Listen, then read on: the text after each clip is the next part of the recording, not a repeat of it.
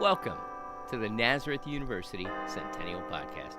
I'm your host, Timothy Nealand, and in each episode, I'll be guiding you through stories of amazing alumni, fascinating faculty, or the hidden history of the university.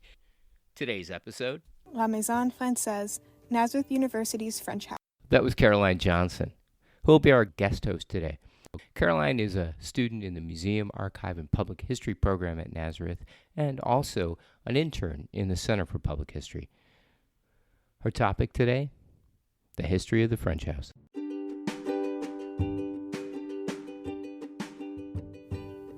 Nestled amongst the trees on the south side of campus rests La Maison Française, Nazareth University's French House. Completed in 1929, the house at 4347 East Avenue was created for Frank Allen, a businessman, and his wife, Blanche Eaton. Frank was born in Darien, New York, and lived in Michigan for some time before returning to Rochester. It was in Michigan where he opened his company, the Home Dairy Co., which was a cafeteria-style restaurant.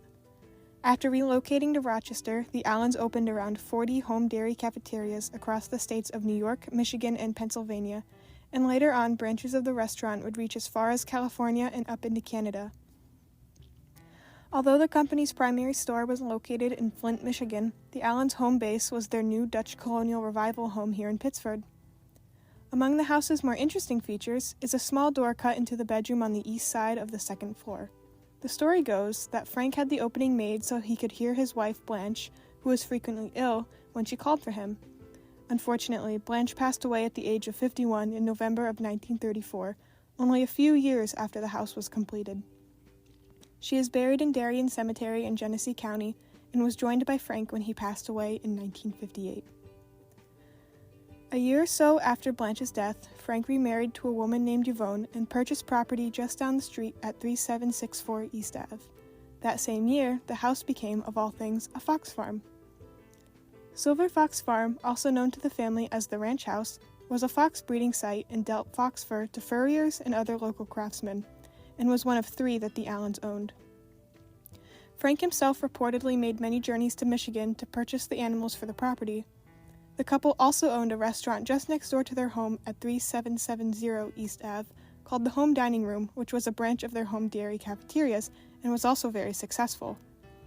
Additionally, he started the Home Food Co. in 1942 to expand his cafeteria business. The fox farm lasted for approximately 6 years until the property was eventually purchased by William and Gertrude Martin in 1943.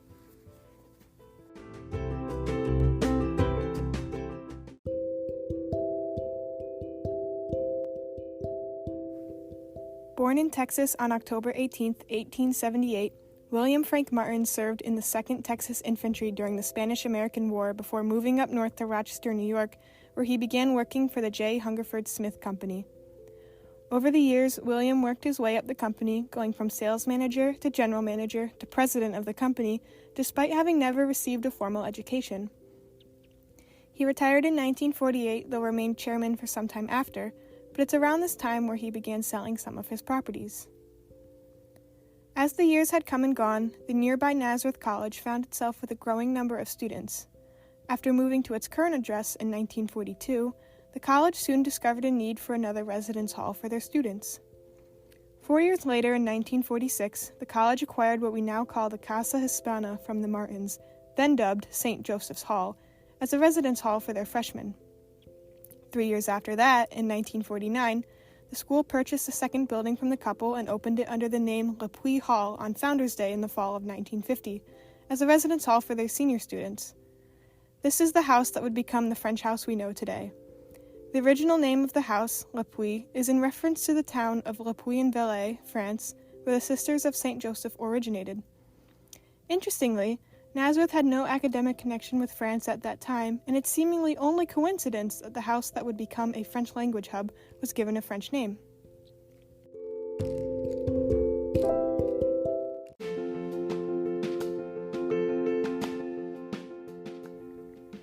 The house remained a residence hall for seniors for years after, until 1970. The city of Rochester was celebrating its 12th year of sistership with the French city of Rennes, and Nazareth's newfound foreign study program in the same city had prompted the school to support its French majors in a new way, by creating a space on campus just for them. The property became a residence solely for French majors and minors, and the name Le Puy Hall slowly phased out, with the name La Maison Française, or simply the French House, taking its place. The house has seen little change ever since, save for a renovation in 2022, which remodeled some of the kitchen space. The home is still the hub of connection and friendship it was all those years ago when it first opened to students.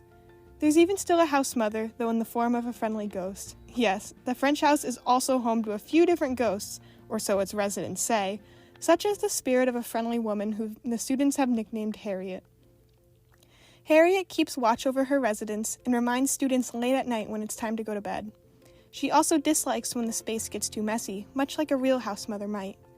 Perhaps this is the spirit of Blanche, happily taking students under her wing who appreciate the house she lived in with her dear husband so many years ago.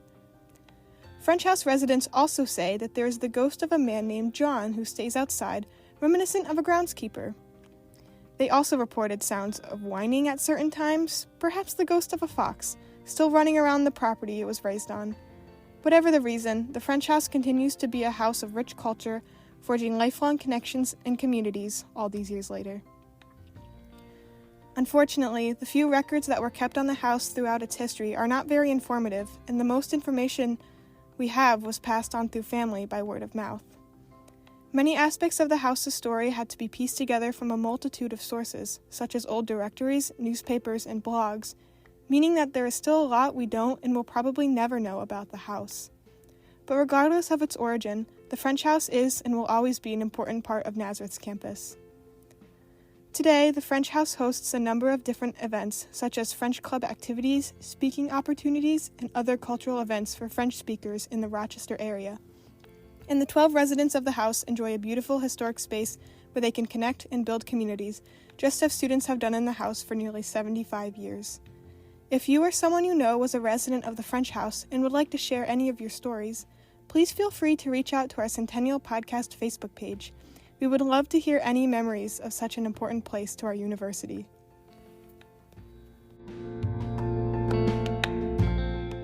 Our thanks to Caroline for her research and her talent. We also thank the Free Music Archive for the music you heard today. And, of course, our thanks to the listener. If you like what you hear, let us know.